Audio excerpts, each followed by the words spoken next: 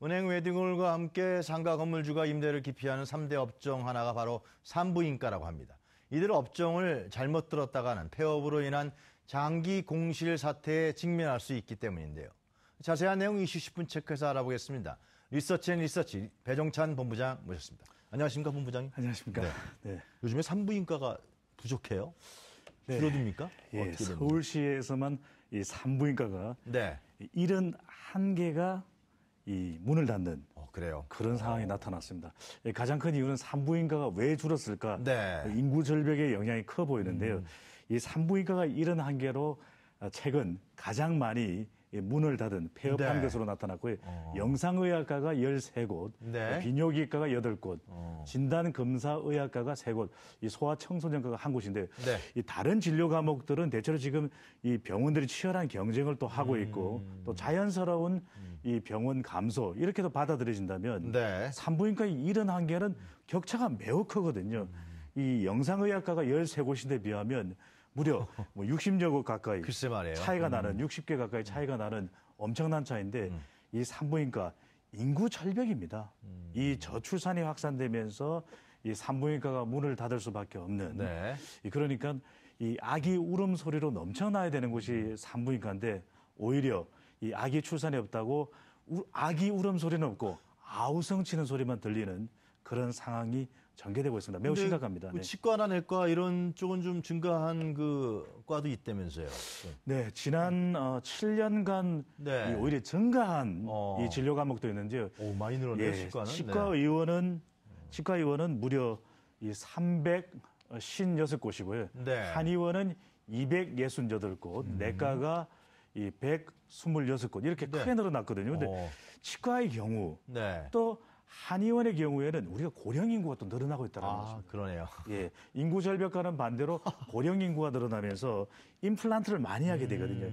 이제는 또 임플란트에 대해서도 의료보험 혜택까지 네. 받을 수 있게 되기 때문에 네. 이 치과의 숫자는 급격히 늘어나고 있고요. 한의원의 경우에도 우리 이 보양 또 보약이라는 의미가 강하기 때문에 네. 또 이 고령인구청에서는 한의원을 곧잘 또 방문하게 되는 네. 그런 의료의 패턴을 보여주고 있기 때문에 그렇고요.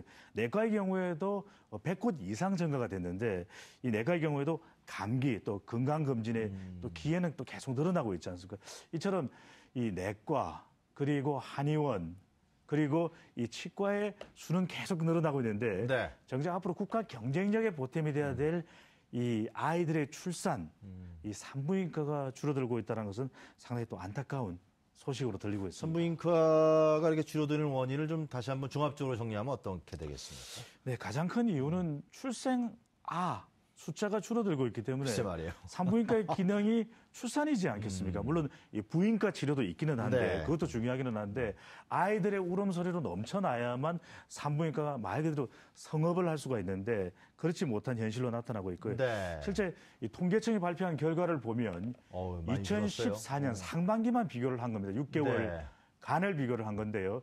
22만 명이 넘는 숫자였는데 지금 2017년에는 상반기에 18만으로 뚝 떨어졌습니다. 글쎄 말이에요. 2017년이죠, 올해. 네. 18만으로 뚝 떨어졌는데 이 숫자가 아주 심각한 통계 수치가 되겠습니다.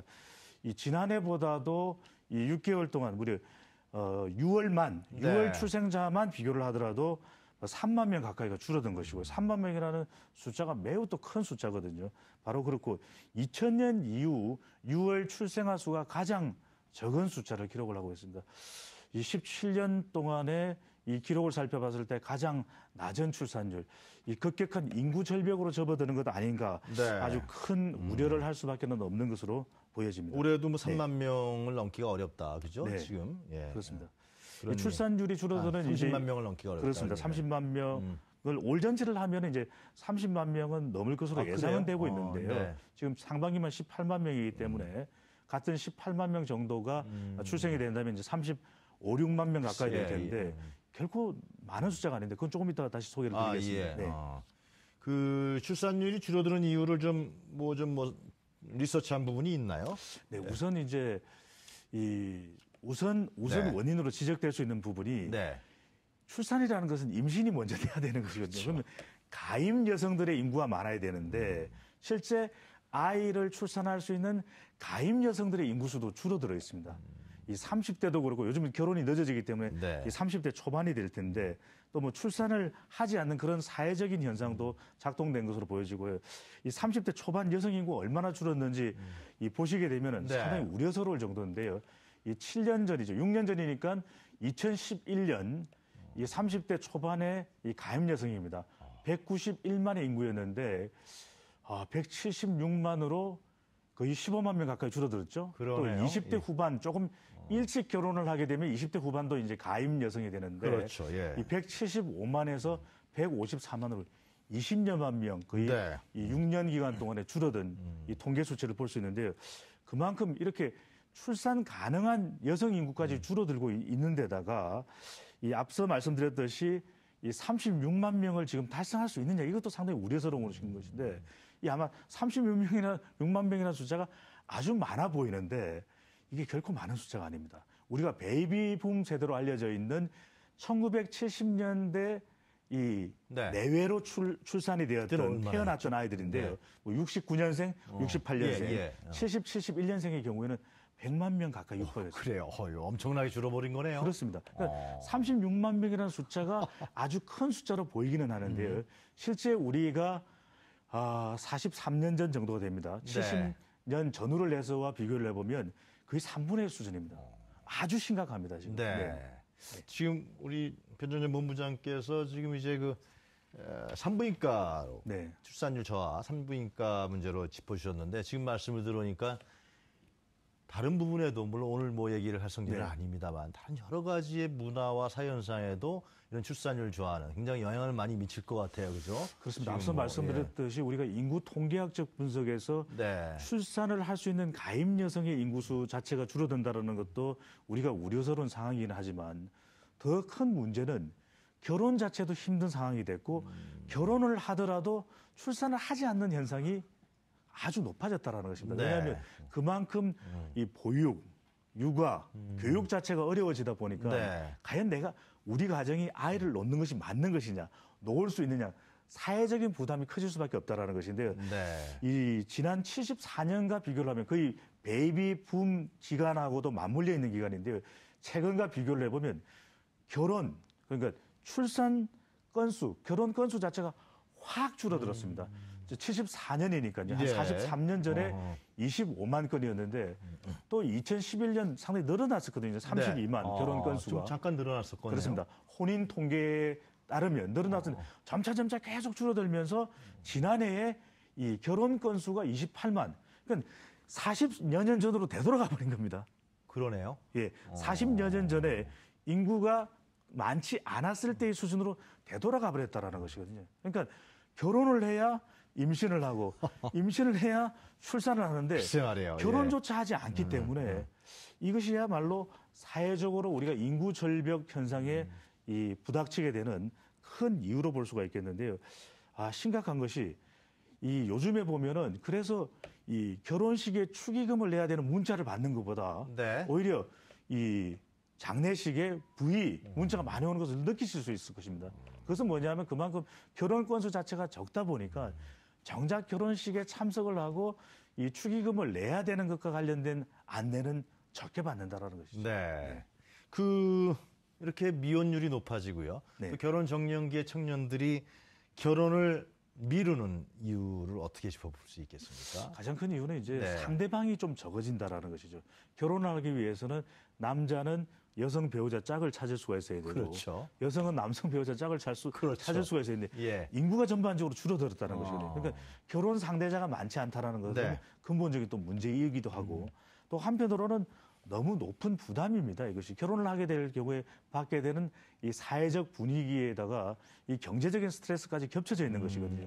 결혼하는데도 많은 비용이 들죠. 네. 또 결혼하고 나면은 또 당장 크게 부담으로 또 추가적으로 작동되는 것이 주거 부담입니다. 글쎄 뭐 요즘엔 전세 아니면 예. 안 된 전세가 또- 한두 푼이래야 또 이게. 또 맞벌이 부부라 할지라도 적어도 둘 중 한 사람 정도는 이 취업은 되어 있어야만 경제적 수단을 가지고서 이 가게를 운영할 수 있지 네. 않겠습니까? 그러니까 취업이 어려운 데다가 또 정작 상대방도 없는 데다가 네. 또 주거 부담까지 있다 보니 삼중고에 시달리면서 결혼이 줄어든 이유를 꼽을 수 있겠는데 그중에서 대표적인 것이 지금 정부에서도 일자리 이 마련에 나서고 있는데 일자리 늘리기에 나서고 있지 않습니까? 그런데 이 청년 실업률이 걱정입니다. 2011년과 비교하더라도 실업률이 계속 높아져서 이 지난해 2월을 기준으로 하게 되면 드디어 청년 실업률이 두 자릿수에 접어들었습니다. 글쎄 말 계속 늘어나더라고요. 12.5%나 되는데요. 일본과는 또 대조적인 숫자이기도 하고 이 공공 일자리가 늘어나는 것은 희소식이긴 한데 이 청년 일자리가 실업률이 근본적으로 개선되려면 네. 민간에서의 일자리가 상당히 더 늘어나야 되는 것이거든요.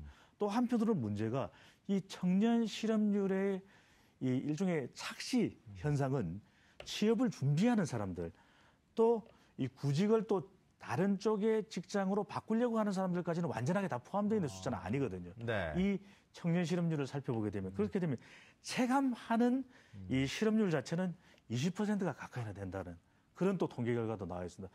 그만큼 자기한테 맞는 이 정규직의 안정된 직장에 네. 비춰본다면 이 청년 실업률의 체감 수치는 이 두 자릿수 12% 지난해 수치이긴 합니다만 더 높은 것으로 나타나고 있거든요. 20%다 네. 정말. 이런 취업을 하기 힘든 상황까지 고려한다면 결혼은 더 기대하기 힘든 그런 또 이 꿈이 되어버리는 정부에서 현상으로 대책을 좀 나타나고 내놓고 있긴 하죠. 지금 뭐 육아수당도 얘기하고 있고요. 그리고 그렇습니다. 육아휴직 급여도 좀 늘리겠다는 거고. 육아휴직자는 이제 점차 늘어나고는 있습니다. 네. 이 최근 들어서는 거의 9만 명 가까운 정도 숫자가 이제 육아휴직을 얻는 것으로 나타나고 있는데요. 네. 2003년이니까 14년 전과 비교를 해보면 육아휴직자들의 숫자는 급격히 늘어났습니다. 그런데 네.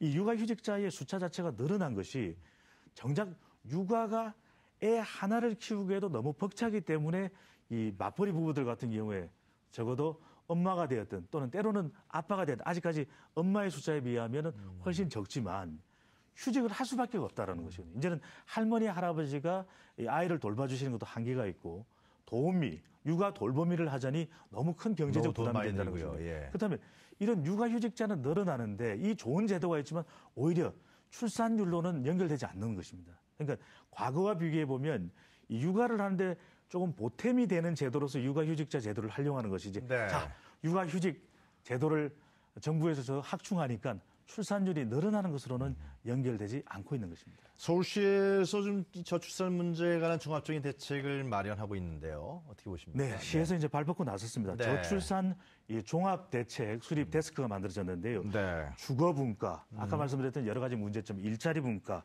또 임신 출산 분과, 그리고 일과 가족을 양립할 수 있는 이런 분과 등으로 나누어져 가지고 아주 네. 종합적인 대책을 수립한 것은 너무도 또 반가운 일이거든요. 네. 그러니까 얼마만큼 이것들이 이 우리 정작 이 가정에 또 확산이 돼서 출산율로 이어질지는 지켜봐야 되겠지만 지금 현재 TF 조성 단계인가요? 그렇습니다. 네. 이런 이 대책이 마련됐다라는 것은 서울시로서는 또 아주 또 획기적이고 단호한 또 네. 바람직한 그런 결과로 보여지고 앞으로 이것들이 또 이 인구 절벽에 맞서서 네. 출산율이 늘어나는데 상당히 또 보탬이 될 것으로 보여집니다. 기대를 해봅니다. 네. 근데 아무래도 이 문제는 뭐 지방 분과에서 뭐 아무리 서울시라 그래도 예산이 좀 네. 있는 지방 정부에서 혼자서 이게 대책을 마련하기 참 쉽지 않은 문제 같다. 중앙 정부하고 어떤 관련을 가져야 될 것 같다 생각 드네요. 정확한 지적입니다. 이거 마지막으로 네. 말씀드려야 될 건데 네. 인구 절벽은 또 국가 경쟁력 세태를 의미하는 것이 예. 다름없거든요.